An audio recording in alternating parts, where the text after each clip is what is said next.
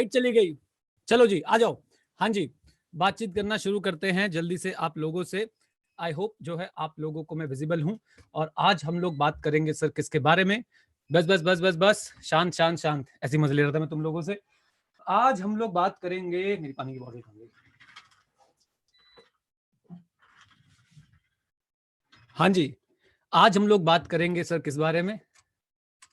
Section number 140 के बारे में। बहुत ही बढ़िया। चलिए साहब, तो सेक्शन 140 पूरा रिवाइज कर डालेंगे।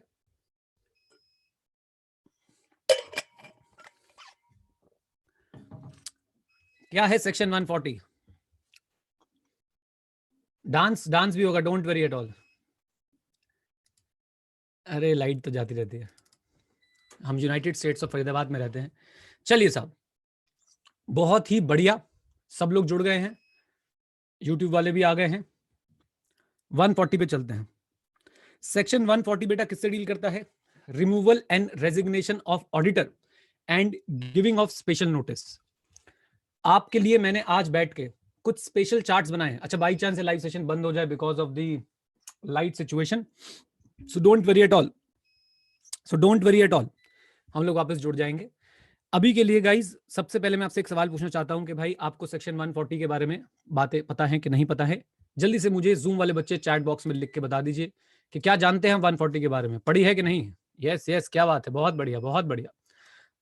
एक बात, मैं भाई अब जो चार्ट्स बना रहा हूं वो बिल्कुल एकदम आपके रिवीजन से पहले बैठ के चार्ट्स बनाता हूं, ताकि आपको मैं रिवाइज अच्छे से करा पाऊं। अगर आप ये चार्ट्स चाहते हैं तो आप हमारा टेलीग्राम चैनल ज्वाइन कर सकते हैं, मैं वहां पे डाल दूंगा। ठीक है जी, ये बात प्लीज सुन लीजिए। टेलीग्राम चैनल आप लोग कैसे ज्वाइन करेंगे? Very very very very simple, @Neeraj Arora classes पूरा लिख के आप सर्च करेंगे टेलीग्राम पे, तो आपको हमारा टेलीग्राम चैनल मिल जाएगा, जिसमें आप लोगों को ये करंट चार्ट भी जो है मैं दे दूंगा। ठीक है जी, ये बात क्लियर है? जल्दी बता दीजिए। आइए साहब, अब बेटा ये सब पढ़ने का नहीं है, मैंने इतनी मेहनत करके आप लोगों के लिए चार्ट्स बनाए हैं, जरा देखिएगा प्लीज। सबसे पहले ओवरव्यू। ओवरव्यू में सर हम देखेंगे कि सेक्शन 140 के अंदर, मुझे लग रहा है लाइट का कुछ ज्यादा इशू हो गया है, और आगे आगे आगे आगे आगे आगे आगे, हाँ जी, मैं विजिबल हूं गाइज, सब कुछ ओके रिपोर्ट है? जल्दी बता दीजिए सेशन में, जल्दी बता दीजिए। ग्रेट, बहुत बढ़िया। तो सबसे पहले हम लोग एक ओवरव्यू देखते हैं। सेक्शन 140 के अंदर 5 सबसेक्शन है। सबसेक्शन 1 में ऑडिटर को निकाला जा रहा है before the expiry of his term. Subsection 2 में ऑडिटर जा रहा है। सबसेक्शन 3 में अगर सबसेक्शन 2 की बात नहीं मानी तो पेनल्टी लगेगी। सबसेक्शन 4 में आपका एक स्पेशल नोटिस है जो ऑडिटर के टर्म के एक्सपायरी पे जो है वो मिल रहा है, और उसके बाद से सबसेक्शन 5 में ऑडिटर को रिमूव कर रहा है ट्राइब्यूनल। ओके, तो सबसे पहले सबसेक्शन 1 को रिवाइज करते हैं, रेड विद रूल नंबर 7। देखिए, ऑडिटर को निकालना इतना आसान नहीं है। ऑडिटर को अगर आप निकालना चाहते हैं तो आपको क्या करना पड़ेगा? पहले बोर्ड मीटिंग करनी पड़ेगी। बोर्ड मीटिंग में बोर्ड रेजोल्यूशन पास होगा, और बोर्ड रेजोल्यूशन के बाद बेटा सीजी को एप्लीकेशन जाएगी। Right, board meeting, board resolution, CG को एप्लीकेशन। सीजी को एप्लीकेशन जाने का समय याद रखिएगा, आपके लिए बहुत जरूरी है, विद इन 30 डेज। चलिए, आज मैं आप लोगों को एक होमवर्क देता हूं। कंपनी ऑडिट में जहां जहां पे टाइम लिमिट आती है, जहां जहां पे टाइम लिमिट आती है, जैसे कि सीएजी कितने दिन में अपॉइंट करेगा, बीओडी कितने दिन में अपॉइंट करेगा, एटसेट्रा एटसेट्रा, वो सारी टाइम लिमिट्स की प्लीज समरी बना के मुझे सेंड कीजिए। सारी टाइम लिमिट्स की समरी बना के मुझे सेंड कीजिए इस ईमेल आईडी पे। और कोई अगर आप ईमेल करेंगे मैं उसको रिप्लाई नहीं करूंगा। आप सिर्फ और सिर्फ सब्जेक्ट में लिख दीजिएगा summary of time limits in company audit, Neeraj Arora classes@gmail.com, Neeraj Arora classes@gmail.com। Heading में लिखिएगा, सब्जेक्ट में लिखिएगा summary of time limits in company audit please, और अच्छी सी बना के भेजिएगा। अगर मुझे बहुत पसंद आई, मैं ये नहीं बोल रहा पक्का, अगर मुझे बहुत पसंद आई तो आपके लिए मैं एक सरप्राइज भी दूंगा आप लोगों को, जिसकी भी मुझे बहुत पसंद आएगी वो। ठीक है जी, बहुत बढ़िया। तो भाई एप्लीकेशन टू सी जानी with in 30 days of the resolution pass by the board. तो जब बोर्ड पास कर देगा रेजोल्यूशन, उसके 30 डेज में सर जो है जाएगी क्या? एप्लीकेशन। अच्छा जी, इसके बाद स्पेशल रेजोल्यूशन पास होगा at GM within 60 days of the receipt of approval of the central government. मेरी तरफ से सर ये सुपर इंपॉर्टेंट सेक्शन है, आई होप आपको बिल्कुल क्लियरली समझ भी आ गया। बोर्ड मीटिंग, बोर्ड रेजोल्यूशन के विद इन 30 डेज सीजी को एप्लीकेशन चली जानी चाहिए। सीजी के अप्रूवल के विद इन 30 डेज एसआर पास हो जाना चाहिए अगर आप ऑडिटर को निकालना चाहते हैं। ये क्लियर है? तो आगे बढ़ते हैं, जल्दी से बताइए मित्रों, जल्दी से बताइए, क्या ये सिचुएशन बिल्कुल क्लियर हो चुकी है? कम ऑन बताइए। बहुत बढ़िया। चलिए साहब, अब आगे चलते हैं और देखते हैं कुछ और। 140 सबसेक्शन 2, 140 सबसेक्शन 2 क्या बोलता है? Resignation.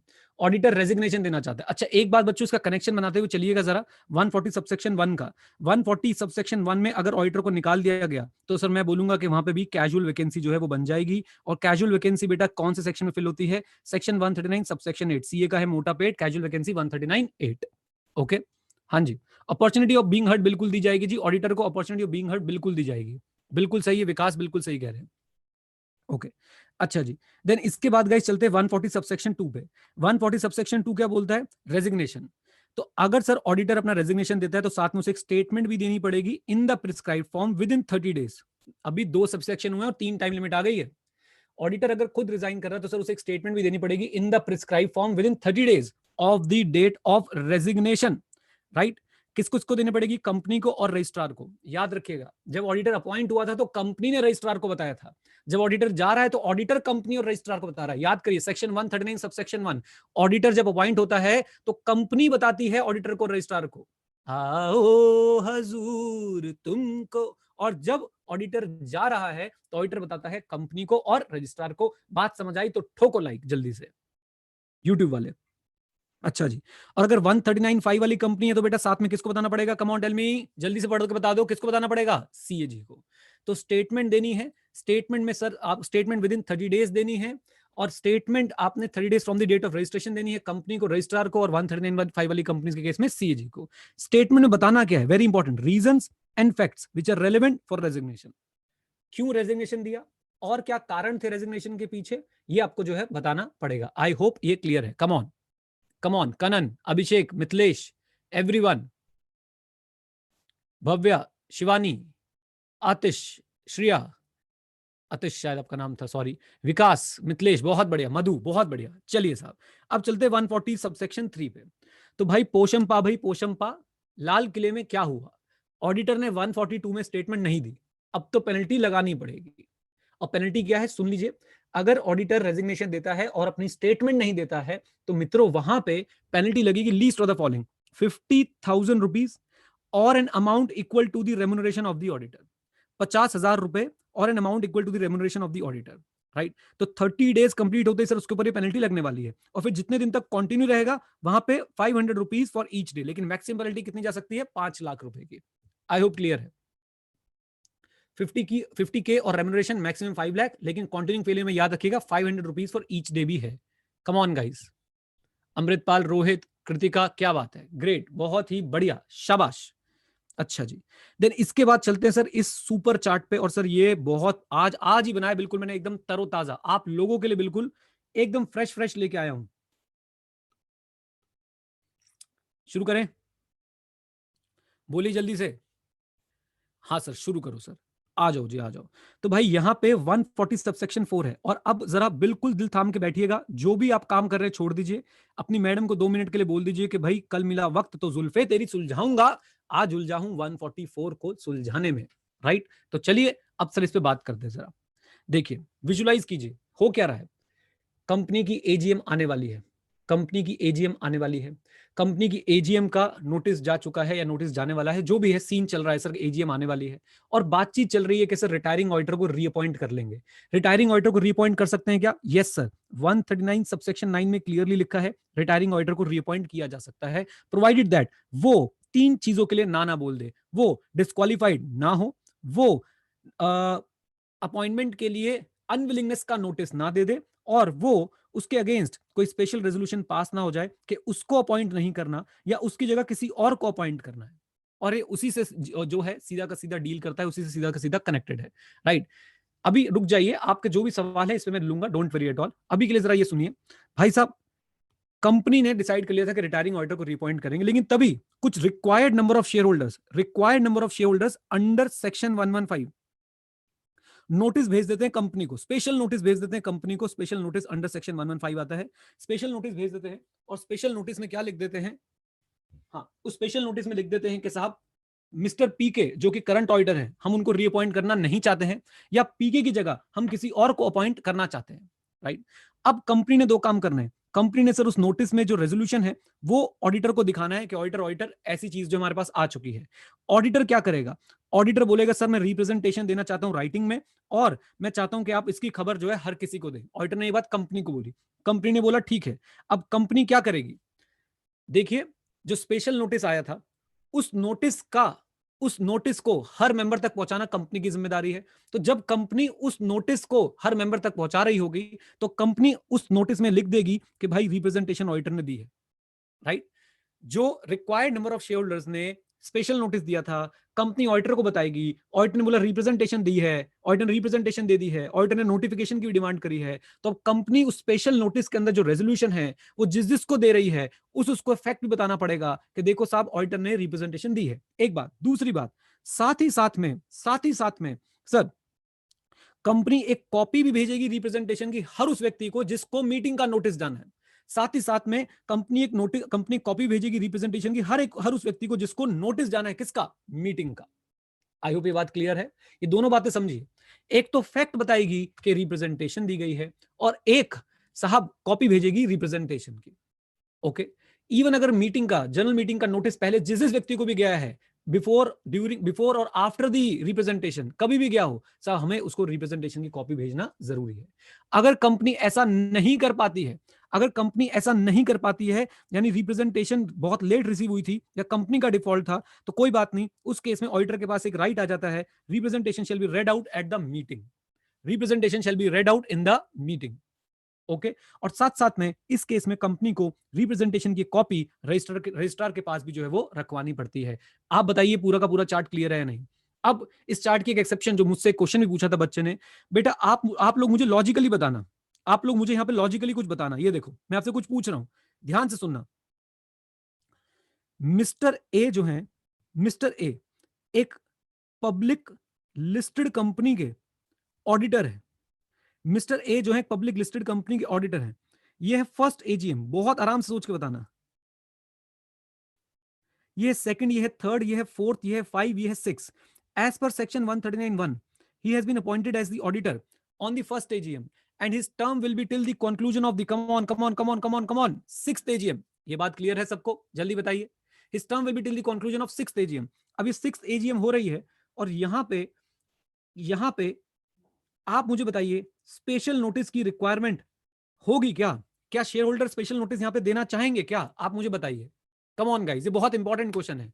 Why why why special notice will not work here, और why special notice is not required? Please tell me. Very good Yash, very good Umang. क्योंकि भाई साहब यहां पे इस व्यक्ति के ऊपर इस समय 139(2) जो है वो एप्लीकेबल है। 139(2) क्या बोलता था? No listed company or prescribed company shall appoint an individual as an auditor for a term exceeding 5 years, or for a term exceeding one term of 5 years। ये बात याद है आप लोगों को कि नहीं? तो यहां पे इसका टर्म ही ओवर हो गया, तो साहब यहां पे अब स्पेशल नोटिस देने की जरूरत ही नहीं है। अगर ये फर्म होती तो सर यहां पे स्पेशल नोटिस दिया जा सकता था क्या? अगर यहां पे फर्म होती तो स्पेशल नोटिस दिया जा सकता था क्या? कम ऑन, मुझे इस बात का जवाब दीजिए। अगर ये फर्म होती तो स्पेशल नोटिस दिया जा सकता था क्या? यस, दिया जा सकता था, क्योंकि फर्म के पास तो क्या होता है, 2 terms of 5 consecutive years. Come on, क्या होता है जल्दी बताइए? 2 टर्म्स ऑफ 5 कॉन्जिक्यूटिव ईयर। एक बार बच्चों जल्दी से आपको 139(2) भी दिखा के आ जाता हूं, ताकि आपकी आत्मा को थोड़ी सी शांति पड़ पाए। ये देखिए क्या लिखा है। No listed company or such other company can appoint or reappoint an auditor as an individual as an auditor for more than one term of 5 consecutive years। NIC cannot appoint or reappoint an audit firm for a term more than 2 terms of 5 consecutive years, for more than 2 terms of 5 consecutive years। ठीक है जी। I hope अब ये situation बिल्कुल clear बन चुकी है आपके सामने। गाइस कम ऑन, जल्दी बताइए मुझे, ये बात समझ आई कि नहीं आई आप लोगों को? तो इसलिए यहां पे सर मैंने लिख दिया है, एक्सेप्ट 144 इज नॉट एप्लीकेबल, यानी except where the retiring auditor has completed a consecutive tenure of 5 years or as the case may be 10 years as provided in subsection 2 of section 139। यानी जहां पे रिटायरिंग ऑडिटर ने अपना term complete कर लिया है of one term of 5 consecutive year और 2 term of 5 consecutive year, वहां पे बेटा जरूरत ही नहीं 140 सबसेक्शन 4 की। I hope it is clear now. Come on, जल्दी बता दीजिए चैट में मुझे। और जो लोग भाई यूट्यूब पे देख रहे हैं, मैं बता रहा हूं जूम पे ज्यादा मजा आता है, और वैसे भी जूम पे ज्यादा स्टूडेंट्स होते हैं, अच्छी खासी चैट हो जाती है, तो आप लोग भी जूम पे ज्वाइन करने के बारे में सोचा करो। हाँ जी, क्लियर है। कोमल, चेतना, मिथिलेश, सन्नी, क्या बात है, क्या बात है सर।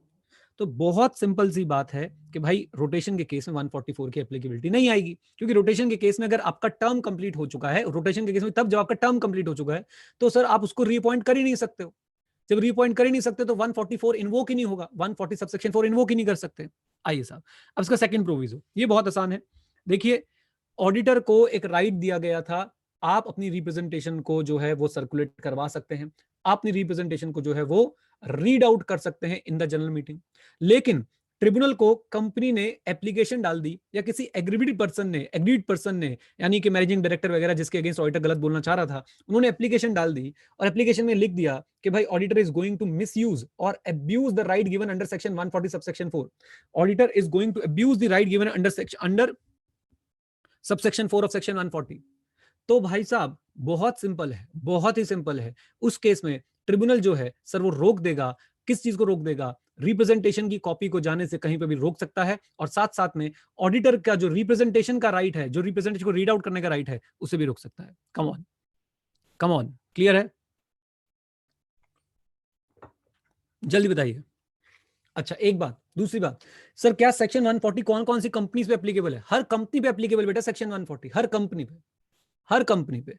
अच्छा जी, देन जैसे एक्सेप्शन दे रखी है तो क्लियरली उसको बता रखा है बाहर निकाल के कौन से राइट को अब्यूज कर सकता है ऑडिटर। यहां भाई कौन से राइट को अब्यूज करेगा? जो उसका राइट टू बी, जो उसका राइट टू गिव रिप्रेजेंटेशन है उसको अब्यूज कर सकता है, या जो उसका right to read out the representation है उसको अब्यूज कर सकता है। तो किसी भी राइट को अब्यूज करने की सोच रहा है, कंपनी के पास ऐसी कुछ खबरें हैं, तो भाई कंपनी जो है उसके अगेंस्ट कंप्लेंट कर सकती है ट्रिब्यूनल में, और ट्रिब्यूनल जो है उसको रोक लगा सकता है। Okay, great. हाँ जी, अपॉर्चुनिटी ऑफ बीइंग हर्ड तो हर जगह जाएगी कनन, बिल्कुल ठीक है। आइए अब चलते हैं सर आखिरी सेक्शन पे, इसके आखिरी पॉइंट पे। सेक्शन खत्म होने वाला है साहब। Section 140 subsection 5, section 140 subsection 5, please जरा ध्यान से देखिएगा। सेक्शन 140 सबसेक्शन 5 क्या बोलता है?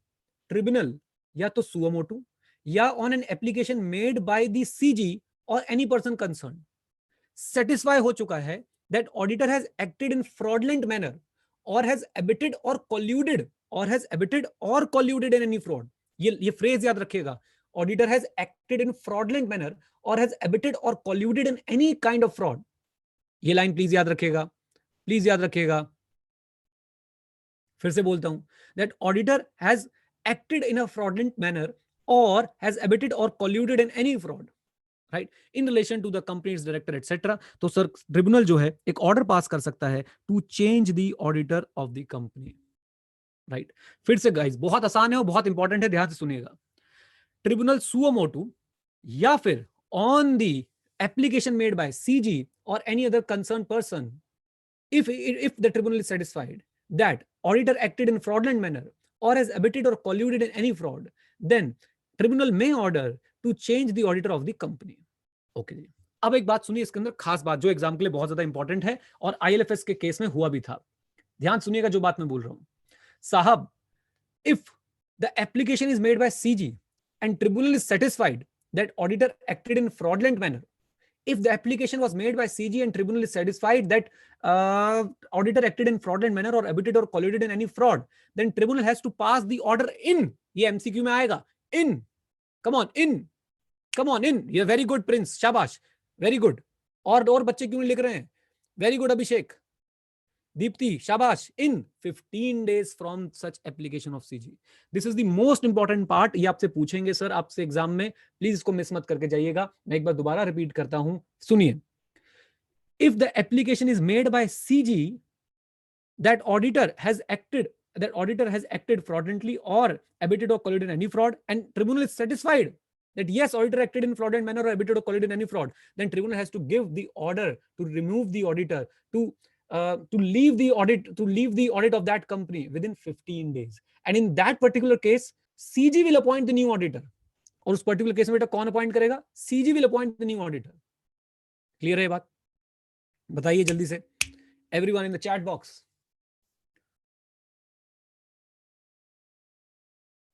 बहुत ही बढ़िया, बहुत ही बढ़िया, शाबाश। अच्छा, अब आखिरी पार्ट सर इस सेक्शन का, और आखिरी पार्ट क्या है, पहले ये वाला पार्ट का लिखा था, ये देखिए लिखा, provided that if application is made by CG and tribunal is satisfied then it shall within 15 days of receipt of such application make an order that he shall not function as an auditor. Okay, light फिर से चली गई है। Anyways, चलिए साहब आगे चलते हैं और देखते हैं। अब आते हैं इस सेक्शन के लास्ट पार्ट पे, 145 सबसेक्शन 5 का लास्ट प्रोविजो है, प्रोवाइडेड फर्दर दैट। ध्यान से सुनिएगा, आई होप मैं विजिबल हूं गाइस, सब कुछ ओके चल रहा है, प्लीज एक बार चैट बॉक्स में बता दो जल्दी से, कम ऑन। बहुत ही बढ़िया। तो अब जिस भी ऑडिटर के अगेंस्ट इस सेक्शन में एक्शन ले लिया गया, इतनी लाइन बोलिए मेरे साथ बैठ के, जिस भी ऑडिटर के अगेंस्ट इस सेक्शन में एक्शन ले लिया गया, ये लाइन बोलिए, जिस भी ऑडिटर के अगेंस्ट इस सेक्शन में एक्शन ले लिया गया, वो ऑडिटर के ऊपर सर बैन लग जाएगा 5 years from the date of the order. तो if tribunal ordered the change of auditor because of section 140 subsection 5, then that person or that firm cannot be appointed as auditor for 5 years from the date of such order. 1 2 and that auditor will also be liable, that auditor shall also be liable for action under section 447, जहां पे 6 महीने से 10 साल तक की jail हो सकती है, और आपके ऊपर फ्रॉड के अमाउंट से लेके और फ्रॉड के 3 टाइम्स, फ्रॉड के अमाउंट के 3 टाइम्स तक का आपके ऊपर जो है वो पेनल्टी लग सकती है। राइट, तो एक तो 5 साल का बैन लगेगा, साथ साथ में आपके ऊपर सर एक्शन होगा 447 में। 447 में आप देखेंगे, प्लीज 447 में एक बार जरूर देखिएगा, 447 एक बार जरूर प्लीज चेक कीजिएगा। मेरे हिसाब से वहां पे ये लिखा है कि 6 महीने से 10 साल की जेल हो सकती है, एक बार प्लीज कंफर्म करिए चैट बॉक्स में। और साथ साथ में ये आपने पढ़ना है, वैसे तो बस मैं आपको आइडिया दे रहा हूं, जो मैंने पढ़ा हुआ था भाई पुराना वो बता रहा हूं। और साथ साथ में आपके ऊपर फाइन लग सकता है which may be equal to the amount of fraud और 3 times the amount of fraud. Come on, great, हो गया, लीजिए साहब। अच्छा जी, हाँ यहाँ पे साफ लिखा है can not be appointed as auditor of the company. बाकी का सर ऑडिटर पॉइंट हो सकता है नहीं, वो देखेंगे, क्योंकि सर हो सकता है इसके साथ साथ institute of chartered accountants of India भी उसके अगेंस्ट प्रोसीडिंग शुरू कर दे। अब गाइज एक बात बची है सिर्फ, जहां पे सर ये कांड हो गया, यानी जहां पे सर ऑडिटर को रिमूव कर दिया, 447 उसके ऊपर लग रहा है, तो याद रखिएगा सर क्या होगा, जो लाइबिलिटी होगी, the liability shall be of the firm. It is hereby clarified that in case of a firm, the liability shall be of the firm and that of every partner who acted in fraudulent manner or abetted or colluded in any fraud. तो sir liability firm की भी होगी और हर partner of firm की भी होगी, यानी jointly और सेवरली। लेकिन जब जेल जाने की बारी आएगी तो सिर्फ वही पार्टनर या पार्टनर्स जाएंगे who acted in fraudulent manner or abetted or colluded in any fraud। लेकिन जहां तक फाइन की बारी आएगी वहां पे सर वो लाइबिलिटी जो है फर्म की भी होगी और हर पार्टनर की भी होगी, यानी ज्वाइंटली और सेवरली लाइबल होने वाले हैं। कम ऑन, यस और नो, ये बात समझ आती है, जल्दी बताइए,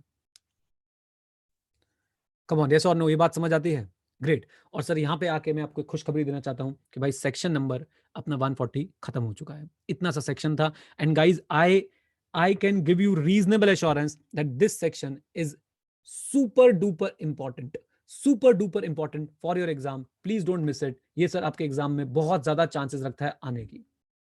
आई होप ये बात समझ आती है, कम ऑन बोलिए बोलिए, ग्रेट। चलिए साहब, अब आप लोगों से बातचीत करना शुरू करते हैं। जल्दी से कुछ बच्चों को सर मैं जो है अपने साथ जोड़ लेता हूं और उनके डाउट्स लेना शुरू करता हूं। आपके जो भी डाउट्स हो आप लोग मुझसे पूछ सकते हैं। स्टॉप शेयर कर देता हूं और चलते हैं अपने पार्टिसिपेंट्स के पास। अब पार्टिसिपेंट्स हमारे कहाँ गए, पार्टिसिपेंट्स, लो जी, सबसे पहले जिनसे बात होगी बेटा उनसे बार बार बात नहीं करेंगे। रौनक आप बोल सकते हैं, अभी रौनक आप बोलना चाहें तो बोल सकते हैं। आशना गुप्ता आप बोल सकते हैं। Hello sir. हाँ जी रौनक जी, कहाँ से बोल रहे हैं, कौन से स्टेट? नमस्ते सर। नमस्ते भाई, कौन से स्टेट से हो? जोधपुर राजस्थान सर। बताइए बताइए रौनक जी। सर पूछना कुछ नहीं था, बस थैंक यू बोलना था। अरे क्या बात है, क्या बात है, बहुत धन्यवाद। ऑडिट की क्लासेस भी सर आपकी ले रखी है, तो ओके, थैंक यू बोलना था उसके लिए। क्लास से बहुत अच्छी थी। चलो बहुत बढ़िया, रिवीजन भी सही हो रही है, मजा आता है रिवीजन सेशन में। यस सर, बहुत मजा आता है, सारी क्लासेस करी, एसएम की भी कर रहा हूँ और इसकी भी कर रहा हूँ सर। बहुत बढ़िया, बहुत बढ़िया, ठीक है रौनक, ऑल द बेस्ट भाई, God bless you. Thank you sir. लीजिए आशना जी, आप बोलना चाहें तो बोल सकते हैं, प्लीज। Hello sir. हाँ जी आशना जी, कहाँ से हैं आप, कौन से स्टेट से हैं? सर जलंधर पंजाब। हाँ जी, कुछ पूछना चाहती हो? सर कल वाले लेक्चर में से डाउट था मुझे एक। बोलो बोलो। जो 141 3D हमने पढ़ा था, उसमें जो फर्स्ट वाला पार्ट है, तो हाँ। उसमें जैसे 1 लाख की लिमिट है, उसके साथ साथ 1000 फेस वैल्यू की भी लिमिट है। लाइक नहीं अगर 1000 नहीं नहीं नहीं 1000 का 10 शेयर हो नहीं नहीं बेटा, ऐसा था कि 1000 की लिमिट एक्ट में लिखी गई थी और लिख दिया था और एनी अमाउंट एज में बी प्रिस्क्राइब, तो प्रिस्क्राइब्ड अमाउंट जो है वो 1 लाख है। तो अब आपके लिए 1000 की लिमिट इररिलेवेंट है, आप सिर्फ 1 लाख फेस वैल्यू की लिमिट को ध्यान में रख के जाएंगे, ठीक है? Okay, thank you sir. Okay Ashna ji, कैसी लगी क्लासेस आपको? बहुत बढ़िया सर। चलो ग्रेट ग्रेट ग्रेट, बहुत बढ़िया, ऑल द तो बेस्ट। एसएम के बाकी लेक्चर्स भी एसएम के बेटा बाकी चैप्टर्स के। मैंने टारगेट लिया कि 4 चैप्टर्स जो है मैं रिवाइज कराऊंगा एसएम के, 2 हो चुके हैं और हाँ 2 जी, और कराऊंगा, ठीक है? ठीक है, थैंक यू सर। ओके जी, बाय। हाँ जी, एचडी भाटिया जी, एचडी भाटिया जी अगर आप बात करना चाहते हैं तो मैंने आपको अलाउ कर दिया है। दीपिका बारपगा। Hello sir. हाँ जी भाटिया जी, कहाँ से बोल रहे हैं? हाँ जी सर, मैं उत्तराखंड से बोल रहा हूँ। क्या बात है, उत्तराखंड में कहाँ से भाई? रुड़की। रुड़की, क्या बात है, यस क्या सर। बात है। उत्तराखंड में वो तुमने पीछे अपने फोटो में पीछे क्या लगा रखा है, वो एसी है क्या, कूलर है, क्या है वो? हाँ सर, एसी है। एसी है, क्या बात है, क्या, कमरे में बैठ के फोटो खींची। क्या बात है, बहुत बढ़िया। तो कुछ पूछना चाहते हो? नहीं सर, बस क्लासेस देख के काफी मजा आ रहा है, यही कहना था। चलो बहुत बहुत बहुत अच्छे Yes, भाई, sir. हमें भी बहुत मजा आ रहा है और एंजॉय करो बहुत, और हाँ जी सर। जल्दी पास हो जाओ, ठीक है ना? Yes sir, thank you sir. ठीक है जी, ठीक है, ओके ओके। हाँ जी प्लीज, बाकी कुछ लोग हैं जिनको मैंने अलाउ कर रखा है, तो भाई आ जाओ और बोलना शुरू कर दो जल्दी से। चलिए, आज के लिए मेरे ख्याल से इतनी बातें होंगी आपसे, और अब मिलेंगे हम लोग कल। कल क्या रिवाइज करेंगे? कल कल सर मेरा बर्थडे है, तो कल थोड़ी एग्जामिशन लेने की सोच रहा हूँ मैं टीचिंग से, बट कोई बात नहीं, आऊँगा, एटलीस्ट 143 रिवाइज करा दूंगा, बड़ा सेक्शन है तो वो मैं आपको रिवाइज करा दूंगा और आप लोग उसे पूरा पूरा एंजॉय कीजिएगा, ठीक है जी? चलिए जी, all the very best, bye bye and take very good care of your health guys. Okay, bye bye, God bless you. Dance कैसा लगा ये बताओ, डांस करना है नेक्स्ट क्लास में कि नहीं करना है? मैं सोच रहा हूँ हर क्लास को डांस के साथ शुरू किया जाए, व्हाट से?